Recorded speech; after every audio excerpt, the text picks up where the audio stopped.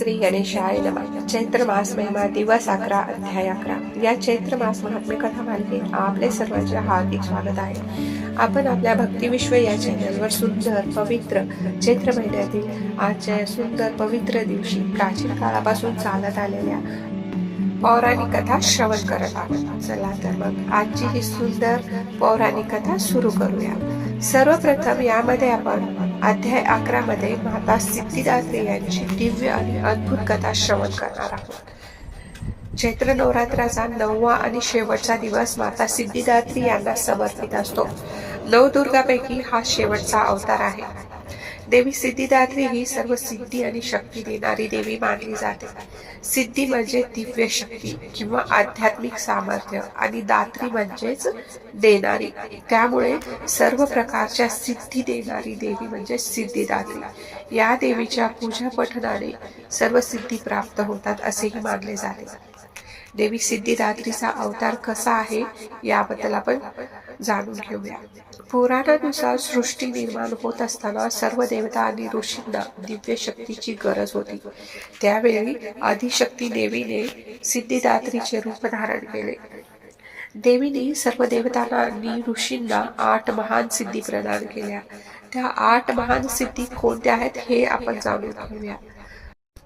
1. अनिमा, स्वतःला अणूसारखे लहान करण्याची शक्ती. 2. महिमा, स्वतःला अत्यंत विशाल करण्याची शक्ती. 3. गरिमा, स्वतःचे वजन खूप वाढवण्याची शक्ती. 4. लघिमा, स्वतःचे वजन खूप कमी करून अत्यंत हलके होण्याची शक्ती. 5. प्राप्ती, कुठलीही वस्तू प्राप्त करण्याची शक्ती. 6. प्राकाम्य, इच्छित गोष्ट पूर्ण करण्याची शक्ती. 7. इशित्व, सर्वांवर नियंत्रण ठेवण्याची शक्ती. 8. वशित्व, इतरांना वश करण्याची शक्ती. यामुळे देवीला सिद्धिदात्री असे नाव मिळाले.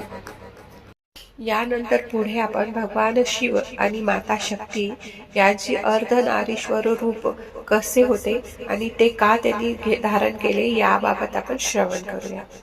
एक अत्यंत प्रसिद्ध कथा अशी आहे की भगवान शिवांनीही सिद्धिदात्री देवीची कठोर उपासना केलेली आहे. देवी त्यांच्या भक्तीवर प्रसन्न झाल्या आणि त्यांनी शिवांना सर्व सिद्धी प्रदान केल्या. त्या दिव्य शक्तीमुळे भगवान शिवांचे अर्धनारीश्वर रूप प्रकट झाले. म्हणजे अर्धे शरीर शिवाचे आणि अर्धे शरीर देवी शक्तीचे. हे रूप पुरुष आणि स्त्री शक्तीच्या एकतेचे प्रतीक आहे. यानंतर पुढे आपण श्रवण करूयात की माता सिद्धिदात्रीचे स्वरूप कसे आहे. माता सिद्धिदात्रीचे रूप अत्यंत शांत आणि तेजस्वी आहे. त्या कमळावर विराजमान आहेत. त्यांच्या 4 भुजा आहेत. माता सिद्धिदात्रीच्या हातामध्ये कमळ, शंख, गदा आणि चक्र आहेत. त्यांचे स्वरूप भक्तांना ज्ञान, शक्ती आणि आध्यात्मिक उन्नती प्रदान करून देते. माता सिद्धिदात्रीचे पूजा केल्याचे काय फळ प्राप्त होते हे श्रवण करूया. नवरात्राच्या 9व्या दिवशी माता सिद्धिदात्रीची पूजा केल्याने भक्तांना आध्यात्मिक शक्ती मिळते. जीवनात यश आणि समृद्धी प्राप्त होते. मनातील सर्व इच्छा पूर्ण होतात. भक्ताला मोक्षाचा मार्ग प्राप्त होतो असे म्हटले जाते. या दिवशी देवीची पूजा केल्याने नवरात्र पूर्ण होते आणि भक्तांना देवीची विशेष कृपा प्राप्त होते. या कथेतून मिळणारा विशेष संदेश काय आहे हे जाणून घेऊया. माता सिद्धिदात्री देवीची कथा आपल्याला शिकवते की जीवनात श्रद्धा, संयम, स्थिरता, आत्मविश्वास आणि धैर्य अत्यंत आवश्यक आहे. श्रद्धा आणि कठोर परिश्रमाने कोणतेही लक्ष्य साध्य करता येते. खऱ्या भक्तांना त्यांच्या पूजा साधनेमध्ये कोणत्याही प्रकारचे संकट आणि कोणत्याही प्रकारची अडचण आली तरी ते तमा बाळगत नाहीत. यानंतर आपण माता सिद्धिदात्री यांची छोटीशी प्रार्थना व त्यांचा मंत्र श्रवण करूया. ओम देवी सिद्धिदात्रे नमः.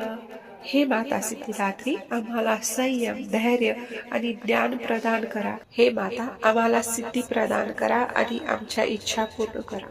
जर तुम्हाला ही दिव्य कथा आवडली असेल तर व्हिडिओला लाईक करा, शेअर करा आणि आपल्या भक्तिविश्व चॅनलला सबस्क्राईब करायलाही विसरू नका. चला तर मग आपण उद्या भेटूया चैत्र नवरात्र विशेष कथा दिवस 12 अध्याय 12 मध्ये, म्हणजेच आपल्या या कथा मालिका शृंखलेच्या पुढील भागात. जय श्रीराम.